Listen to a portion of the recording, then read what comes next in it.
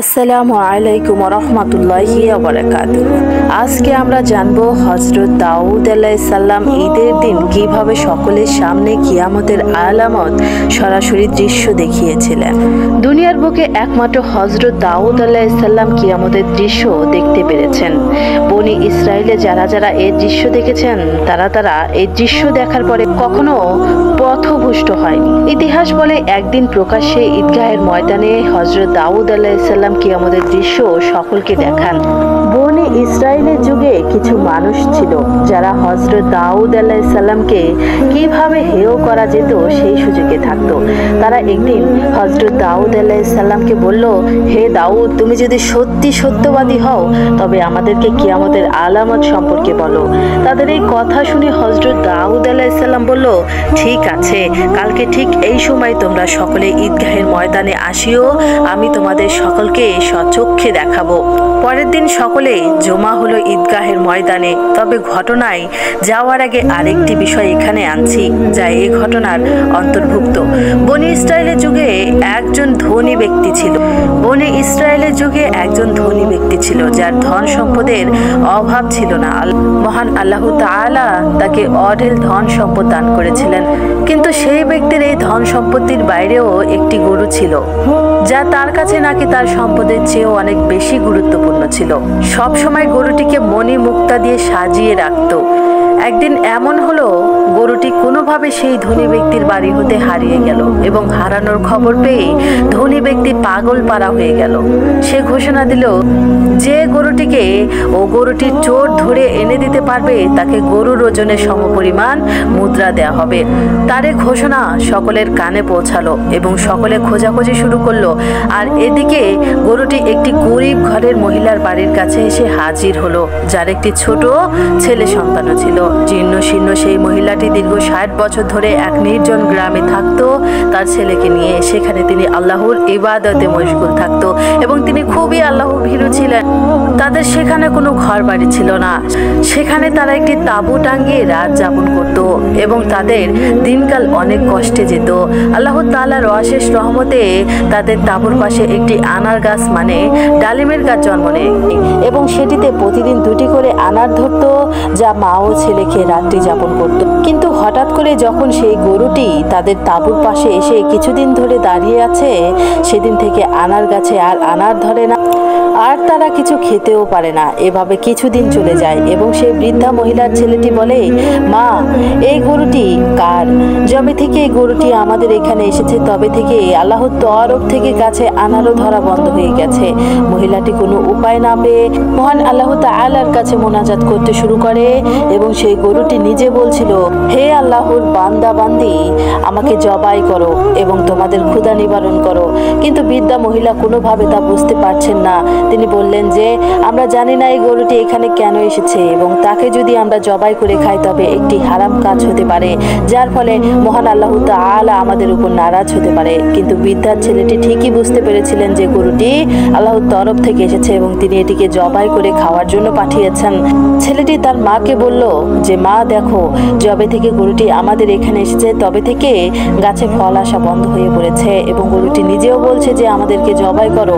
অতঃপর ছেলেটি তার মাকে শেষমেশ বোঝাতে সক্ষম হয় এবং তারা গরুটিকে জবাই করে গোশত খান এবং এর কিছু গোশত তারা পরবর্তীতে খাওয়ার জন্য আলাদাভাবে রেখে দেন এবং অন্যকে দিবে বলেও রেখে দেন। আর এদিকে সেই ধনী ব্যক্তির সহচারী গরুর খোঁজে সেই বৃদ্ধার বাড়িতে হাজির।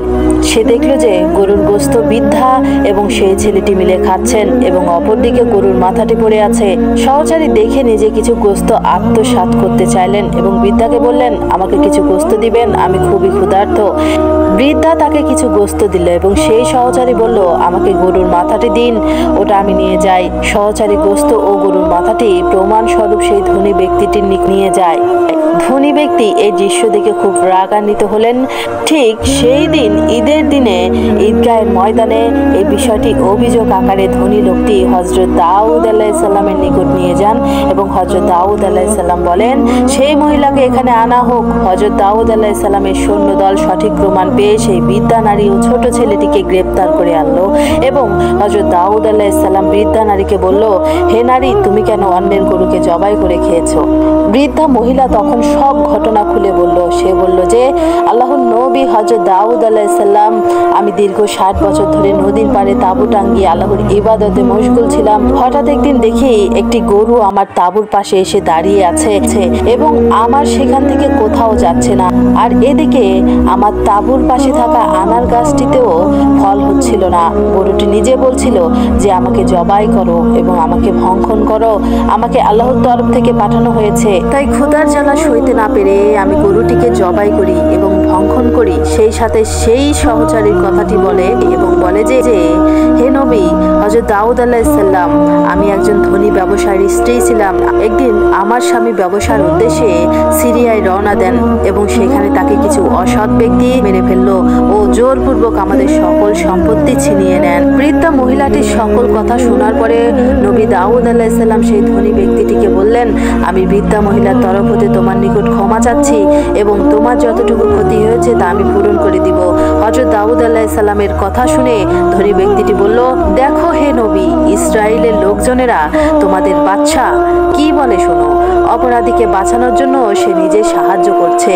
তার এই কথা শুনে উপস্থিত সকলে নবী দাউদ আলাইহিসসালামকে দোষারোপ করতে শুরু করলো এবং তাদের এমন কথাতে আল্লাহর আরশ কেঁপে উঠল এবং আল্লাহর তরফ হতে জিবরাইল আলাইহিসসালামের মাধ্যমে নবী হযরত দাউদ আলাইহিসসালামের কাছে বার্তা প্রেরণ করা হলো। হযরত জিবরাইল আলাইহিসসালাম নবী দাউদ আলাইহিসসালামের নিকটে এসে তাকে বলল যে, হে আল্লাহর নবী হযরত দাউদ আলাইহিসসালাম, তুমি সেই ধনী ব্যক্তিটিকে প্রশ্ন করো যে সে গরুটিকে কেন নিজের বলে দাবি করছে।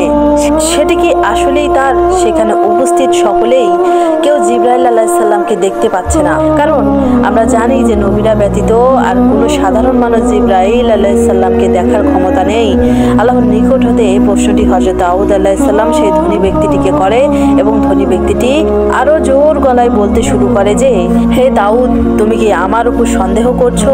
এখানে উপস্থিতি সকলেই জানে যে এই গরুটি প্রায় 60 বছর ধরে আমার নিকট রয়েছে। তার এই উত্তরের কারণে আল্লাহর তরফ হতে আরো একটি প্রশ্ন আসে যে, তুমি কি সত্যি প্রকৃতপক্ষে সেই গরুটির মালিক না অন্য কেউ? সেই ধনী ব্যক্তিটি আবারও একই কথা বলে এবং আল্লাহর তরফ হতে প্রশ্ন আসা মাত্রই হযরত জিবরাইল আলাইহিসসালাম যেমনটি বলেছেন ঠিক তেমনই নবী দাউদ আলাইহিসসালাম বলে যাচ্ছেন।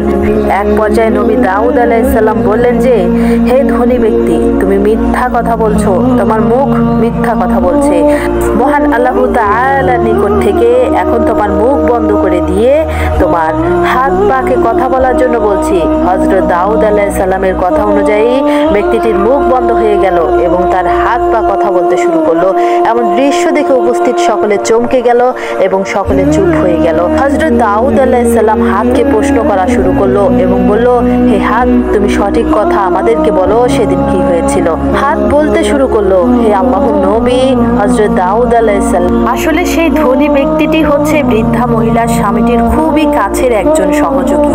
সেই দিন তার সাথে রওনা দেওয়ার পরে একটি নির্জন স্থানে এই লোভী লোকটি বৃদ্ধা স্বামীকে ছুরির আঘাতে হত্যা করে এবং পা বলতে শুরু করে, হে নবী হযরত দাউদ আলাইহিসসালাম, এই পা দিয়ে হেঁটে এই খারাপ লোকটি তাকে মেরে ফেললেন এবং তার সাথে থাকা সকল সম্পত্তি হাতিয়ে নেন এবং তার নিকটে একটি ছোট্ট গরুর বাছুর ছিল যা সে নিজের বলে এখন দাবি করছে, কিন্তু আসলে সেটি ধনী ব্যক্তিটির নয়, বরং এই বৃদ্ধা মহিলা ও সেই ছোট্ট ছেলেটির হয়। পরে সেই ধনী ব্যক্তিটিকে তার অপরাধের সঠিক শাস্তি প্রদান করা হয় এবং সেখানে থাকা সকলেই এই ঘটনাটি দেখে অবাক হয়ে যায় এবং সকলে ইসলাম গ্রহণ করে এবং কোনোদিনও পথভ্রষ্ট হননি।